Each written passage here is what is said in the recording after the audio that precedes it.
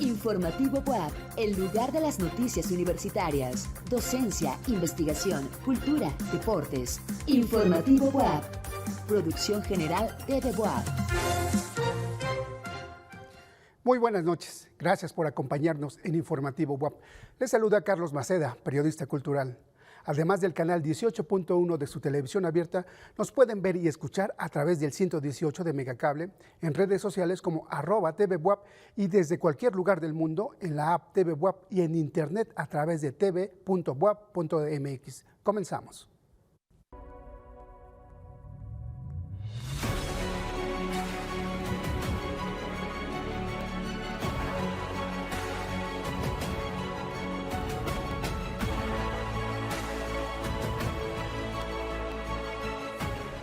Hoy en Informativo WAP tenemos una emisión especial acerca del libro La figura del mundo del escritor Juan Villoro, presentado en el marco de la FENALI WAP 2024 en el Salón Barroco del Edificio Carolino.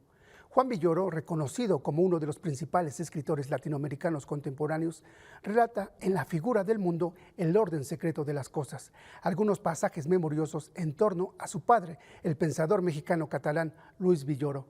Recupera así la esencia de un padre quien estuvo presente en la vida familiar de un modo intangible, un padre que debe ser indagado por un hijo que intuye sus afectos y renueva así el pasado. Bueno, pues empecemos esta ruta, este camino, primero agradeciéndote, Juan, estar aquí nuevamente en la Benemérita Universidad Autónoma de Puebla en esta Feria Nacional del Libro 2024 y para hablar de este libro que de muchas maneras nos permite conocer a tu padre. En principio quisiera preguntarte y además de saludarte, ¿cuál es el inicio de la idea de este libro? Hay un par de momentos muy importantes que dan pie a que el camino te lleve hasta esta publicación, hasta este libro.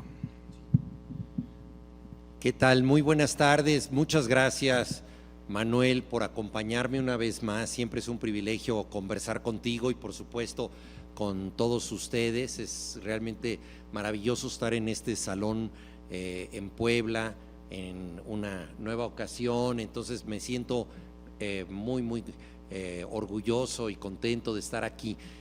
Este libro, como ya decía Manuel, tiene que ver con mi padre. Es básicamente un retrato personal de lo que fue su trayectoria, porque él fue un filósofo muy interesado en las luchas sociales, participó en distintos acontecimientos significativos de México, y yo quería hacer un libro que de alguna manera capturara un panorama de lo que han sido ciertas luchas sociales en México y por otra parte que ofreciera una clave íntima, personal de esas luchas. Yo estoy convencido de que cualquier acontecimiento público tiene una historia íntima, una historia privada, y entonces mi padre participó en la fundación de partidos políticos, primero que nada en el Partido Popular, que luego se convirtió en el Partido Popular Socialista, estuvo en el movimiento estudiantil del 68 como miembro de la coalición de maestros, formó parte de la fundación del Partido Mexicano de los Trabajadores junto a Heberto Castillo y participó al final de su vida en el movimiento zapatista. También fue una figura muy activa en 1977 en la reforma política que encabezó el entonces secretario de Gobernación Jesús Reyes Heroles para que México se convirtiera en un país democrático. En aquella época era un país de partido único y algunas de las bases que se sentaron para que se creara primero el IFE, luego el INE, pues tuvieron que ver con la contribución de distintas personas, entre ellas mi padre. Entonces fue una persona muy involucrada en todas estas cosas, pero yo no soy un historiador de las ideas, no soy un filósofo, y lo que podía hacer como escritor era contar más bien la historia privada, como un hijo ve a su padre y a partir de lo que ve en su padre puede hablar de una época. Entonces la figura del mundo es el retrato de esa época, pero también la invitación a conocer la parte privada de una figura que fue en buena medida una figura pública, un profesor universitario conocido que escribió distintos libros. Como ustedes ven, no he contestado absolutamente nada de lo que me preguntó Manuel, porque todo esto es una elaboración posterior. Cuando uno escribe un libro, luego empieza uno a pensar por qué lo hice, ¿no? ¿Cuál es el significado del libro que ya escribí? Y entonces un poco lo que les acabo yo de contar es lo que yo quería comunicar, pero mientras lo estaba escribiendo no tenía yo esta idea. De hecho, y casi todos los libros comienzan así, no tenía una idea cierta de que estaba escribiendo un libro.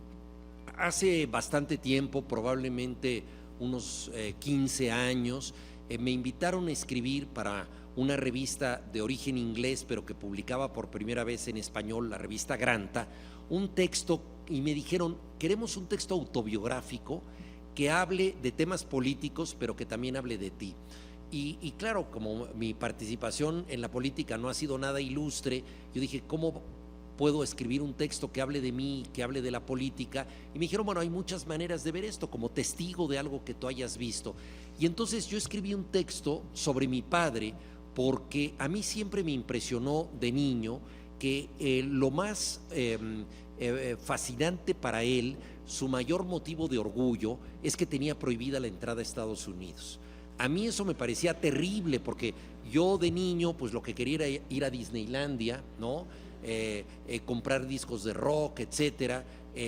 Admiraba pues los programas de televisión, las caricaturas, la música norteamericana, sin tener una idea muy política de lo que representaba Estados Unidos para México, pero él estaba orgullosísimo de que le habían prohibido la entrada a Estados Unidos.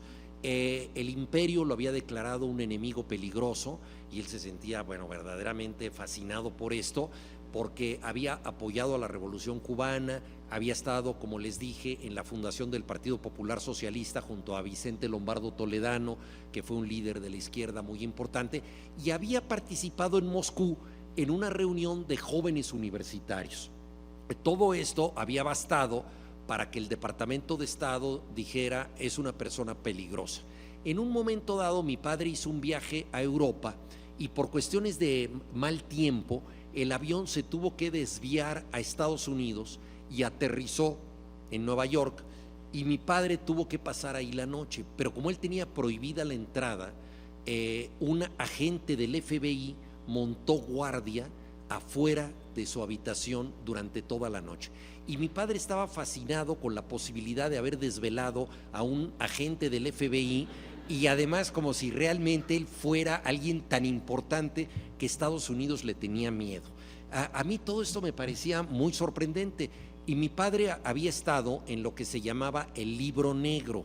Yo tuve oportunidad de conocerlo porque en las aduanas de Estados Unidos había, antes de las computadoras personales, había un libro como de este porte, con pastas negras, donde se consultaban los apellidos para ver si la persona que presentaba su pasaporte merecía o no merecía entrar a Estados Unidos. Y él había estado ahí. Y a mí esto de niño siempre me sorprendió, que mi padre tuviera esa, realmente que tuviera pues esta fascinación por ser enemigo de los Estados Unidos. Cuando yo le pregunté a qué se dedicaba, y eso sí está en este libro, él me contestó de manera bastante hermética, porque a mi padre no le gustaba contar anécdotas.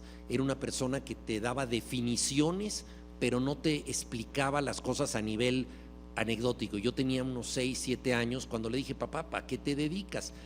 Le daba un poco de pudor decir que era filósofo, porque él consideraba que los grandes filósofos habían creado sistemas de pensamiento y se llamaban Schopenhauer, Kant o Hegel. Entonces él me dijo, yo soy profesor de filosofía. Y naturalmente le dije, ¿y qué es la filosofía? Me dijo, la filosofía tiene que ver con descubrir el sentido de la vida, ¿no? A eso me dedico yo, a descubrir el sentido de la vida. Pues yo me quedé en las mismas, evidentemente, ¿no? Y la próxima reunión que yo tuve con mis amigos en el colegio, curiosamente tuvo que ver con ese momento en el patio en el que la gente empieza a decir, bueno, ¿y tu papá qué se dedica? No, pues mi papá es piloto aviador de Mexicana de Aviación. ¿Y el tuyo? No, pues el mío vende alfombras en el Palacio de Hierro. ¿Y el tuyo, Juana, qué se dedica? Le digo, no, pues estudia el sentido de la vida. Con lo cual mis amigos pensaron que mi papá era un borracho que estaba en las cantinas oyendo a José Alfredo Jiménez, porque pues esa es la manera tradicional de estudiar el sentido de la vida en este país, ¿no? No hay otra. Entonces, yo, la verdad me parecía muy misterioso y yo llegué a creer, como él ocultaba tantas cosas, era un hombre muy reservado y por eso me intrigaba tanto. Yo creo que por eso escribí el libro, porque me intrigaba que fuera tan reservado y entonces él me cautivaba por ese secreto. Yo dije, bueno, ya entendí. En realidad eso de estudiar el sentido de la vida, él es un espía soviético. Es un espía, estaba de moda todo eso.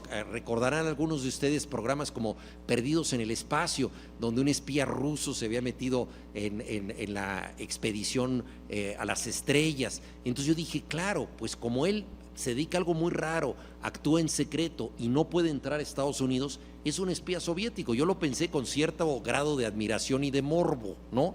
Entonces, cuando escribí este texto, que se llama El Libro Negro, precisamente, yo dije, ahí pude mezclar un poco la participación de mi padre con las ideas que él tenía y la manera en que un niño lo observaba. Ese texto no está en este libro, pero fue como el borrador de este libro, ¿no? Pasaron los años y otra revista, en este caso de Argentina, la revista Orsay, me dijo, oye, ¿no podrás escribir algo sobre tu padre?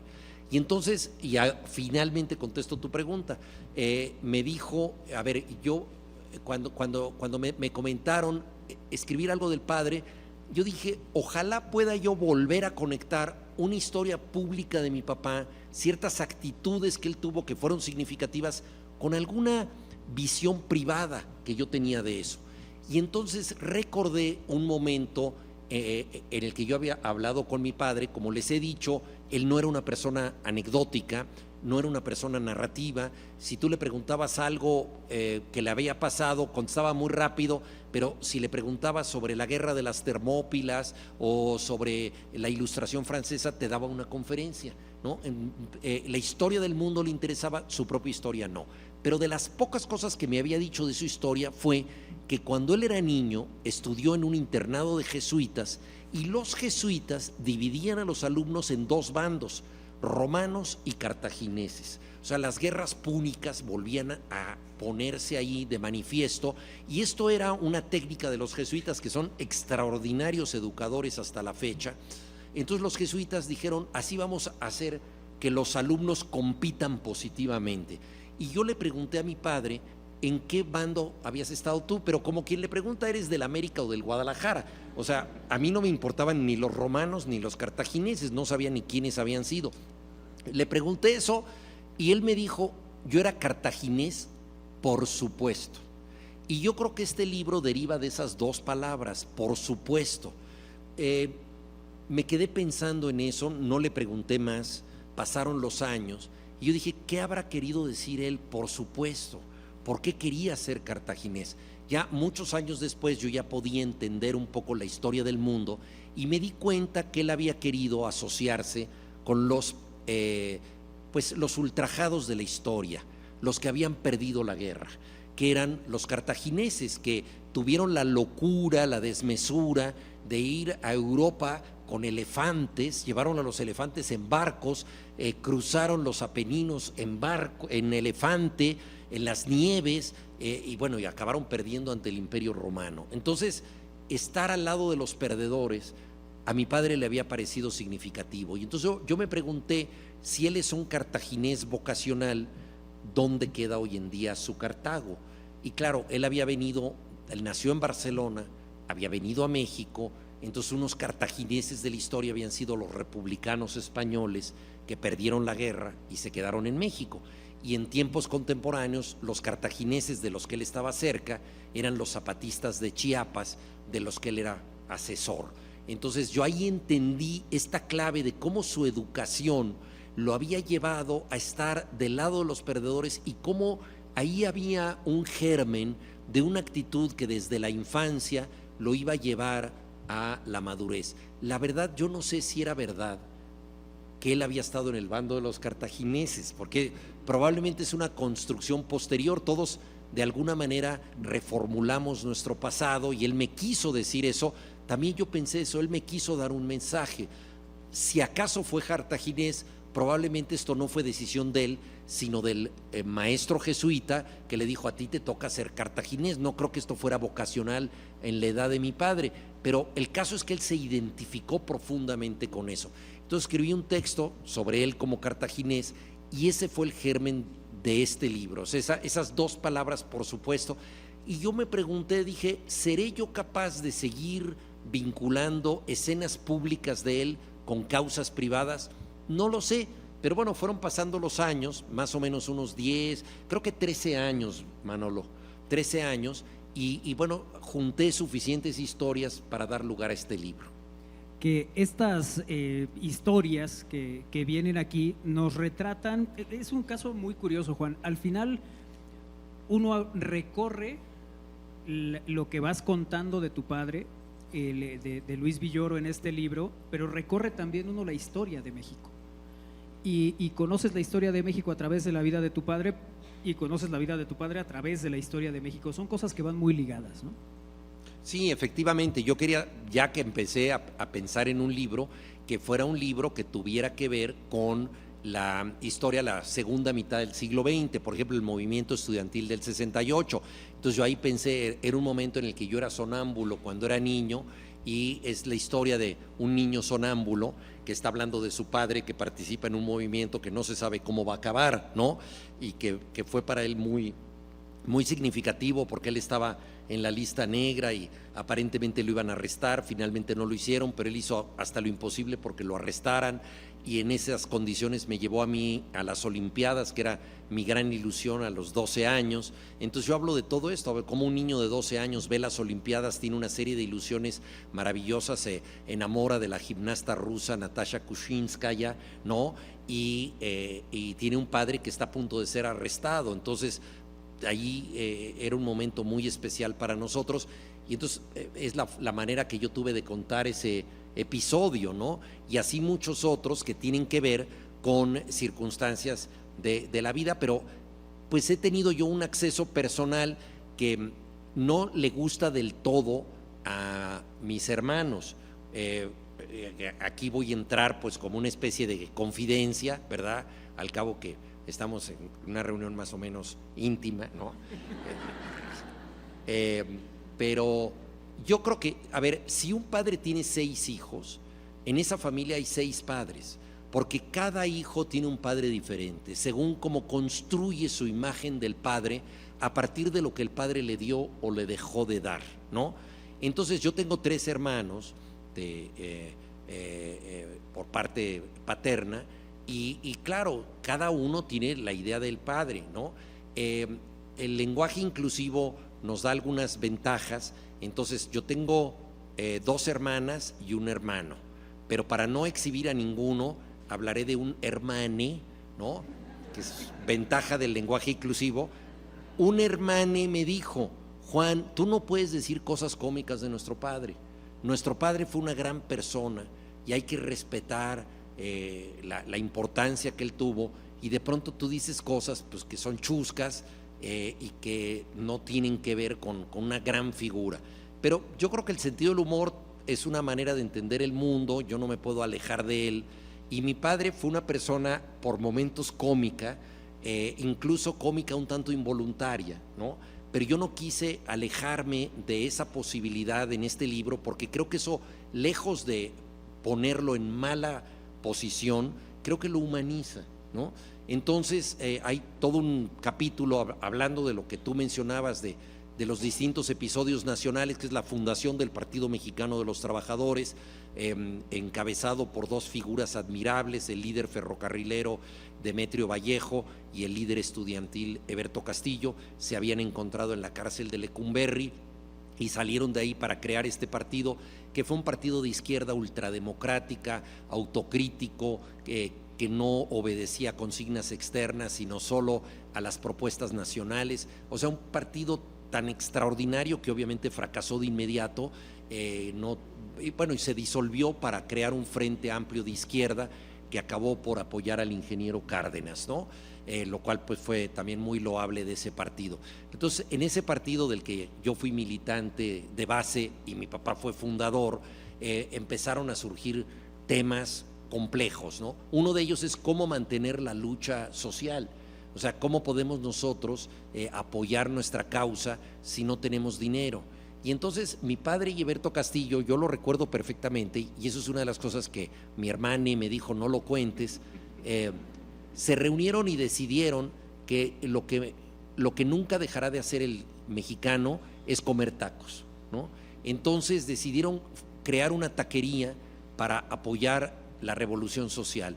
Y entonces crearon así una taquería revolucionaria y hubo una taquiza a la que yo fui, una taquiza con amigos de Berto Castillo, porque Berto Castillo tenía amigos en las más distintas profesiones y él había conocido unos taqueros. Yo pensaba que en la cárcel de Lecumberri, pero en realidad parece que venían de Veracruz, su estado natal, y en Veracruz parece ser, lo constaté hace poco, parece ser que es bastante frecuente, a lo mejor ustedes lo saben porque están bastante cerca de Veracruz, es bastante frecuente que haya tacos de guisado, ¿no? Tacos de tinga, tacos de papa con chorizo, de rajas con elote, etcétera, ¿no?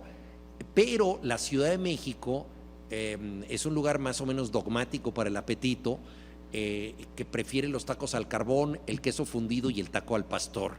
Son los tacos tradicionales. Entonces hubo una taquiza donde todos los tacos eran de guisado y mi padre, filósofo al fin, vio cada taco como si fuera la crítica de la razón pura. O sea, se abismó en cada taco y después de varios minutos de silencio le dijo a Eberto: Eberto, creo que estás equivocado. Estos tacos son tacos transgresores. La gente quiere tacos clásicos. Y le dice: ¿cuáles son los tacos clásicos? Al pastor, al carbón y queso fundido. Y entonces Eberto le dijo: Luis, eso no es clásico, eso es reaccionario, porque esos tacos son conservadores, esos tacos son lo que quiere la gente, pero nosotros estamos cambiando al ciudadano del futuro. La mujer y el hombre de mañana van a comer tacos diferentes, entonces necesitamos otros tacos, ¿no? Y entonces necesitamos tacos que tengan que ver con el gusto del porvenir. Y entonces se impusieron los tacos que decía Eberto, se inauguró esta taquería que se llamaba La Casita y fue un fracaso total, ¿no? Esa taquería luego fue vendida a un lugar que existe hasta la fecha y que yo les recomiendo, que se llama el Hostal de los Quesos, que está en Avenida Coyoacán, esquina con Pilares, en donde hoy en día prosperan tacos conservadores o reaccionarios, según se vea, y que tienen mucho éxito. Y entonces, bueno, fue una discusión, digamos, gastronómico-política, que a mí me pareció interesante porque hablaba de dos temperamentos, dos Quijotes locos tratando de cambiar el país vendiendo tacos, con ideas políticas respecto a los tacos. Entonces me pareció que yo no podía prescindir de eso, hay un capítulo que trata de eso. Y entonces mi hermana me dijo: no, pues nuestro padre queda mal. Yo creo que no queda mal, yo creo que queda como un hombre que se metió en una aventura y había una comicidad implícita en esta aventura. Entonces, bueno, todos los retratos de lo que es el siglo XX, en este caso la aventura del Partido Mexicano de los Trabajadores, pues pasan por algunas facetas personales, que es lo que yo puedo agregar a la vida de mi padre.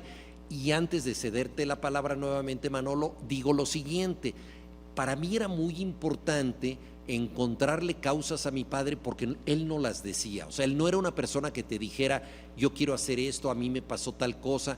Entonces era alguien enigmático al que yo tenía que averiguarle sus razones, ¿no? Y este libro pues es un intento por tratar de explicarme a mí quién fue mi padre desde la perspectiva que yo tuve, por investigar mi propio pasado.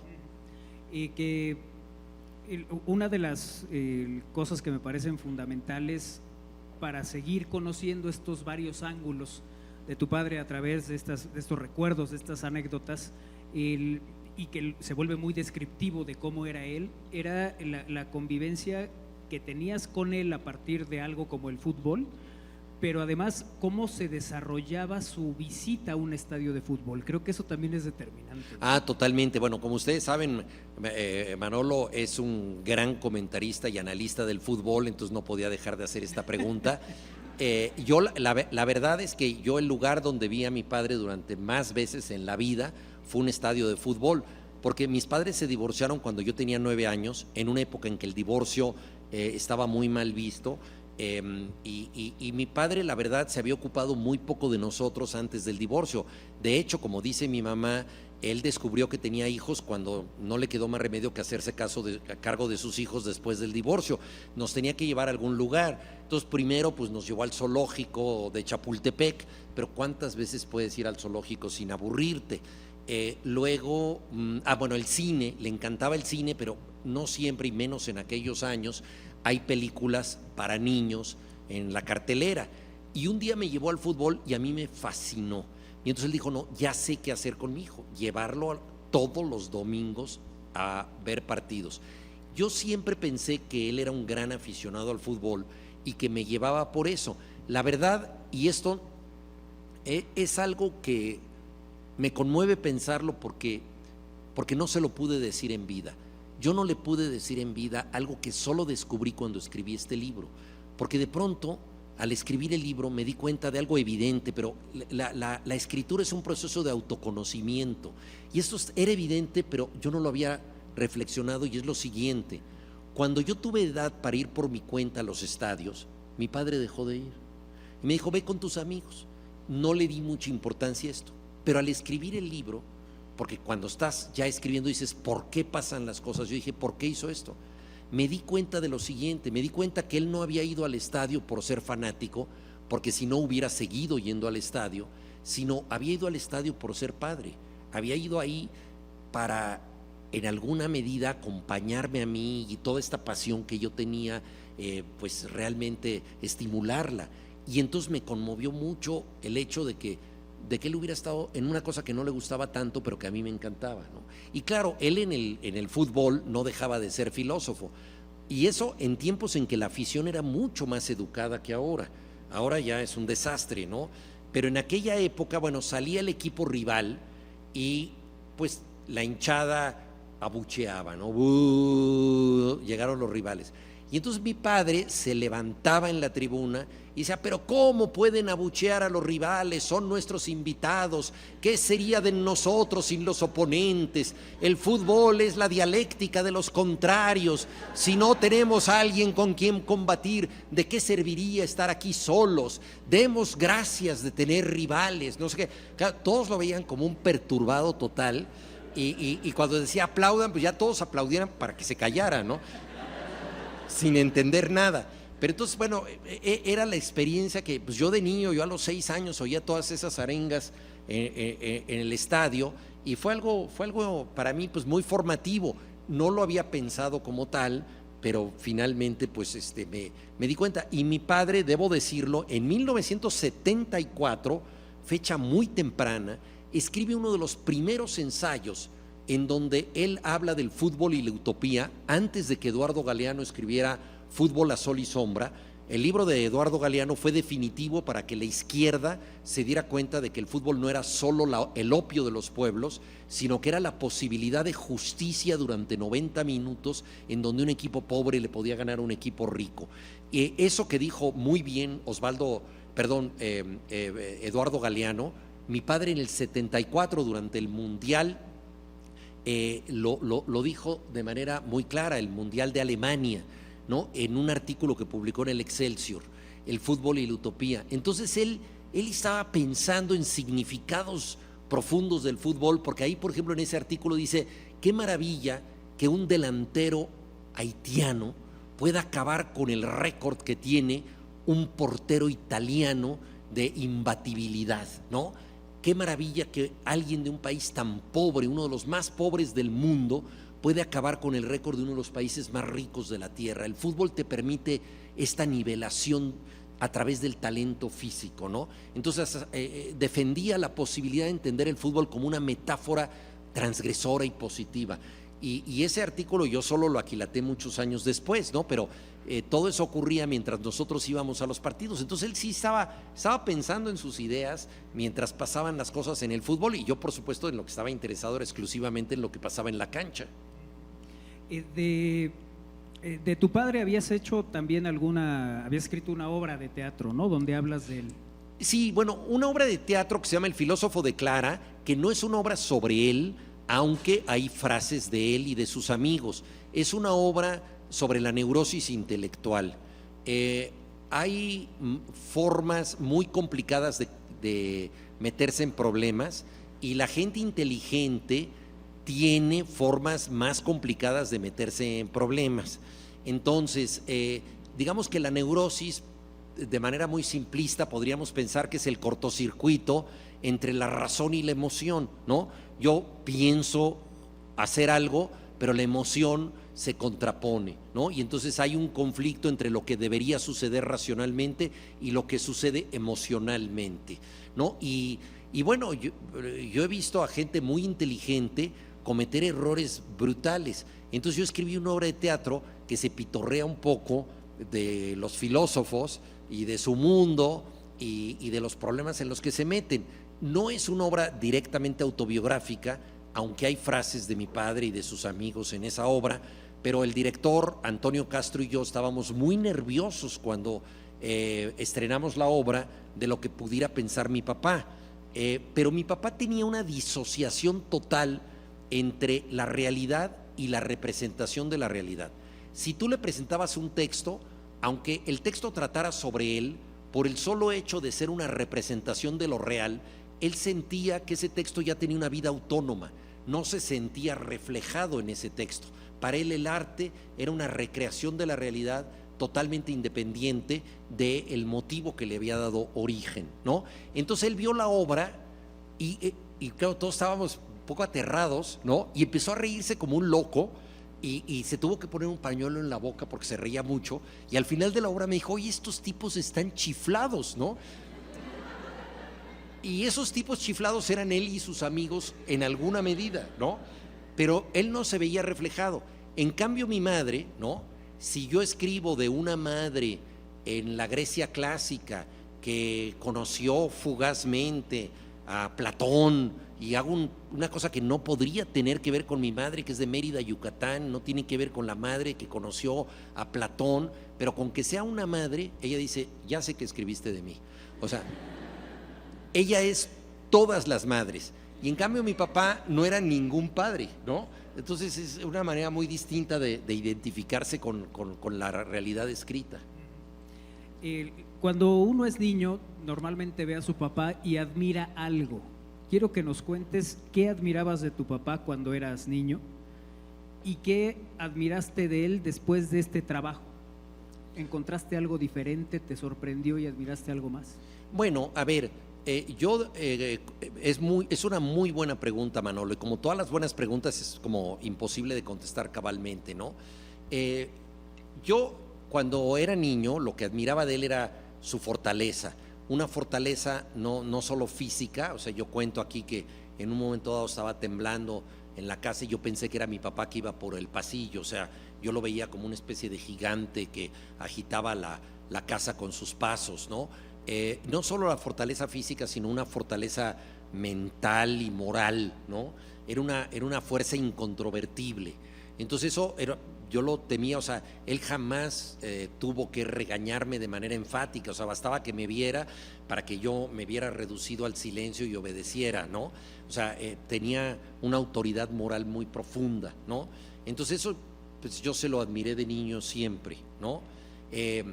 Al mismo tiempo, esa autoridad moral se basaba en una lejanía afectiva muy grande, y esa lejanía pues también me hizo falta estar más cerca afectivamente de él, porque él era una fuerza moral muy potente, pero no era una fuerza afectiva cercana, ¿no? Y luego, al escribir el libro, lo más importante para mí era, como yo era el testigo, claro, yo tenía la enorme tentación de decir: ahora sí voy a decir todas las cosas que me hizo, que no me quiso comprar una guitarra eléctrica, que aquí no me prestó dinero para esto, luego me regañó injustamente, en fin, todos los pequeños agravios que uno tiene con su padre, pues yo tenía mi lista larga, ¿no? Y yo, si hubiera escrito el libro a los 30 años, probablemente hubiera escrito de eso. Pero pasado el tiempo yo dije, ¿qué es lo más importante en su vida? Lo más importante en su vida, y tengo que reconocerlo, no soy yo. No soy yo. Yo estoy escribiendo la vida de mi padre como la vi yo, pero lo más importante es su vida. Y entonces yo tengo que suprimir cosas que son mías, pequeños reclamos, agravios, etcétera, pero yo no soy la persona importante, yo soy el testigo. Y tengo que entender que él es esa figura.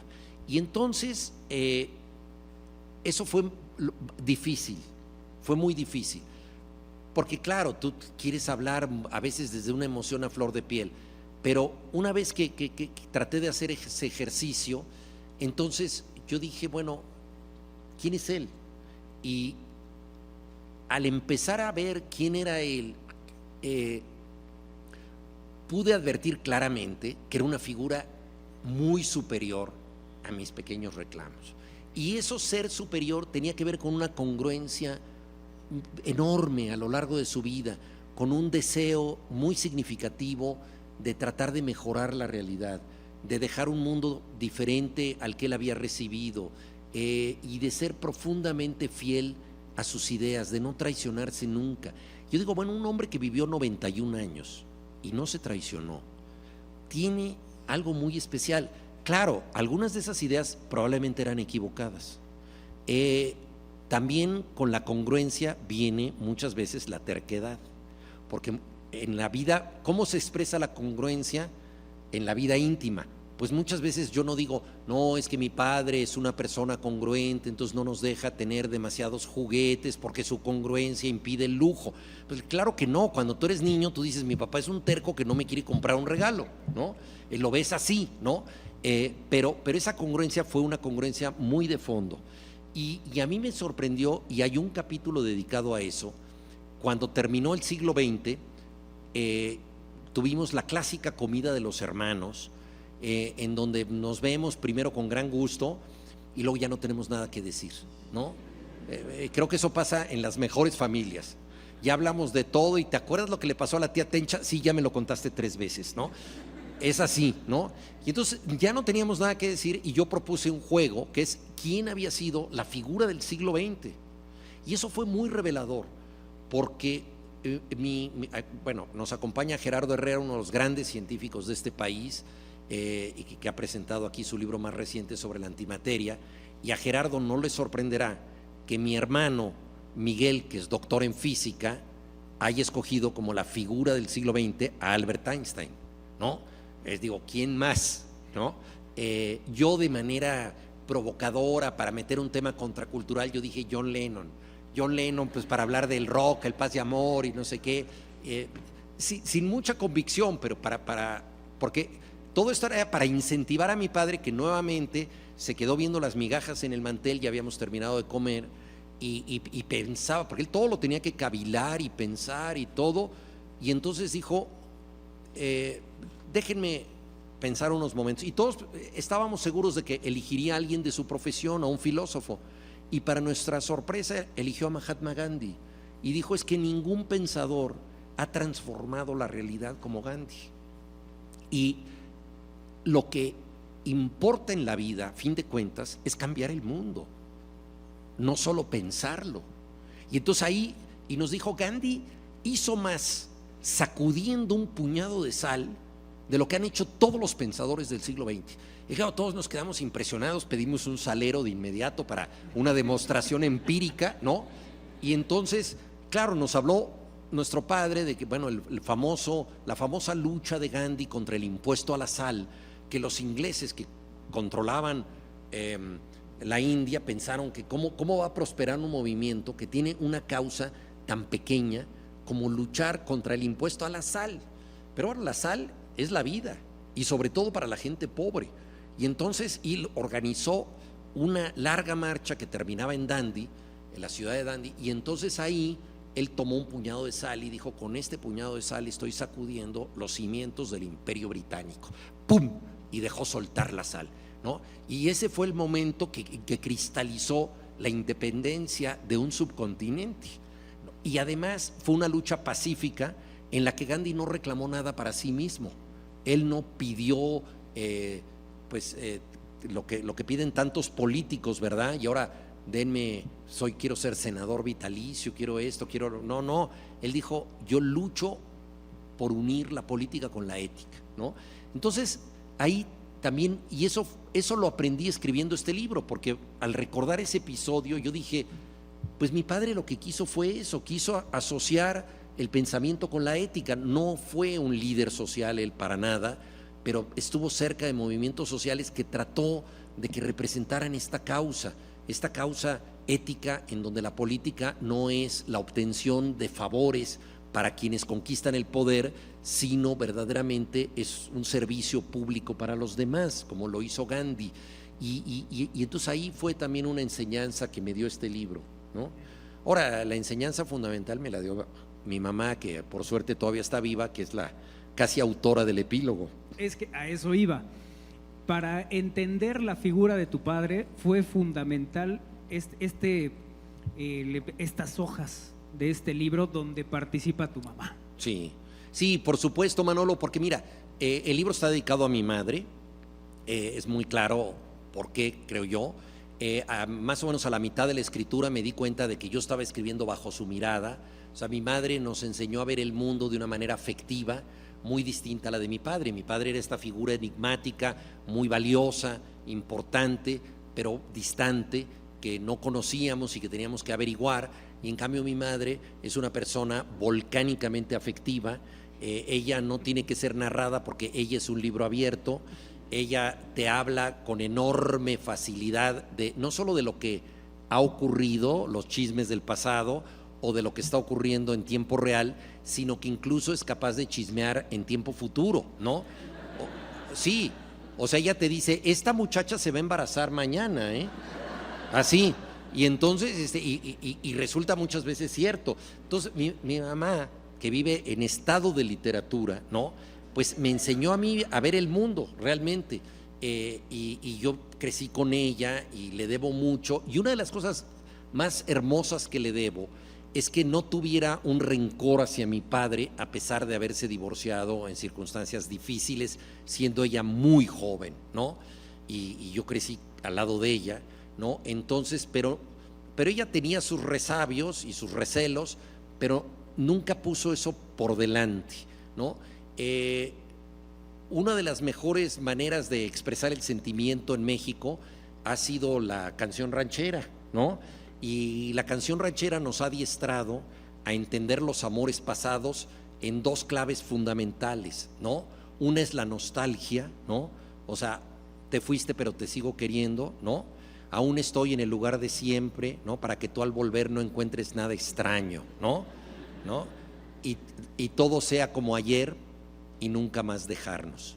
Hay esa nostalgia del pasado, ¿no? Y la otra es, por supuesto, el rencor, ¿no? El rencor ranchero, ¿no? Ojalá que te vaya bonito, ¿no? Que te den lo que no pude darte, aunque yo te haya dado de todo, ¿no? Juan Gabriel y José Alfredo Jiménez, nuestros filósofos populares, ¿no? Esas son las dos actitudes fundamentales, pero yo creo que hay otra actitud amorosa posible, que es la de ya no estar con la expareja y sin embargo tener un cariño, tener una evocación significativa de lo que esa persona representó para ti. Incluso, me atrevo a decir, seguirla amando a través del tiempo. Y yo creo que eso es lo que mi madre nos enseñó a ver en mi padre. El epílogo a mí me parece muy interesante porque yo es como interpreto a mi madre. Ella tiene casi un altar para mi padre en su casa y yo interpreto que ella de alguna manera lo siguió amando y ella me dice, pues si lo quieres ver así, allá, ese es tu problema, ¿no? O sea que no me da la razón, pero yo creo que esa mirada para mí fue muy importante porque me permitió entender a mi padre y también deponer mis propios pequeños rencores o agravios, ¿no?, que he tenido al respecto, pues porque todo hijo siempre ha tenido conflictos. Señalo yo momentos difíciles, decisiones equivocadas que él tomó, pero yo quería que esas decisiones equivocadas fueran vistas como heridas, pero heridas ya cicatrizadas, o sea, heridas que no estuvieran todavía causando daño, sino que de alguna manera hubieran sido superadas, dejaron una marca, pero ya no importa. Oye, que además con ninguna obligación de quedar bien de tu señora madre, ¿no? Es que eso que dices es central, o sea, yo creo que el tribunal más arduo que puedes tener en la vida es tu expareja, que ya no tiene por qué quedar bien contigo y que de pronto puede decir la verdad y toda la verdad y nada más, ¿no? Entonces mi madre no tiene ninguna obligación hacia él y bueno, ahí dice sus cosas también un tanto fuertes, pero está en su derecho, sí. Y una de las que me parece básicas también para entender es la figura del mundo. ¿Por qué la figura del mundo, Juan, en esta bueno, el título podría pensarse que la figura del mundo es mi padre, no es así. Lo que pasa es que mi padre escribió muchas veces en distintos textos, escribió sobre un concepto que él llamaba la figura del mundo. Ese concepto es el siguiente: hay personas que en una época logran sintetizar el sentido de esa época, digamos una constelación de significados a través de su obra. Escribió eso de figuras del Renacimiento, escribió a propósito de Sor Juana diciendo eso, la monja jerónima, captó la Nueva España, el sentido de la época, la cosmogonía, la astrología, la filosofía, la teología, todo lo que se sabía en aquel momento lo condensó Sor Juana en una figura del mundo, ¿no? Entonces eso a él le gustaba mucho, como hay una constelación de sentido. Por eso el subtítulo del libro es El orden secreto de las cosas. Digamos, hay un orden secreto para las cosas, es esa figura del mundo, y ese es el significado del título. Este libro, La figura del mundo, de Juan Villoro, de Random House, que bueno, la verdad es que es una delicia leerlo, recorrer estos pasajes, estos momentos, y creo que una de las características que tiene, que seguramente les pasará o les habrá pasado a los que ya hayan tenido la oportunidad de leerlo, es que por momentos también encontramos a nuestros padres. Bueno, eso a mí me parece esencial en toda literatura. Yo creo que toda literatura tiene que resonar en nosotros.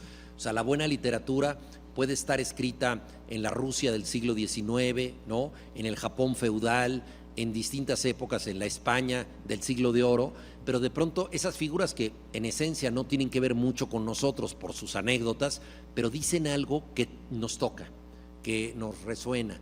Y una de las cosas que a mí me han parecido más hermosas de este libro ha sido que de pronto gente me dice, oye, es que esto me hizo ver a mi padre de otra manera, entendí mi circunstancia con el padre de tal modo, que cada padre es diferente, como decía yo antes, pero la utilidad de la literatura no es para pensar solo en el autor y lo que dijo, sino para lo que dice el autor tiene que resonar en el lector, porque finalmente el lector es el que completa el libro. Ese libro ahí cerradito, ese libro no tiene que ver con la literatura todavía, va a tener que ver con la literatura cuando alguien lo abra, comience a leerlo e interactúe con él.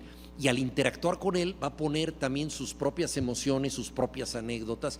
Y entonces a mí me ha dicho gente, pues yo no tuve padre, pero de todas maneras resueno, yo perdí a mi padre o mi padre nos abandonó, o al revés, yo tengo un padre maravilloso, pero no había visto esto de mi padre. En fin, hay padres muy diferentes, pero esa relación pues puede resonar de distintos modos. Y no solo el padre, los hermanos, la madre y nuestro país, México. Es la figura del mundo donde podemos conocer más a Luis Villoro desde los ojos de Juan Villoro. Aplauso para Juan. No. Es así como llegamos al final de Informativo WAP. Mañana a las 8 de la noche los espera mi compañera Coco Guerra. Buenas noches, descanse.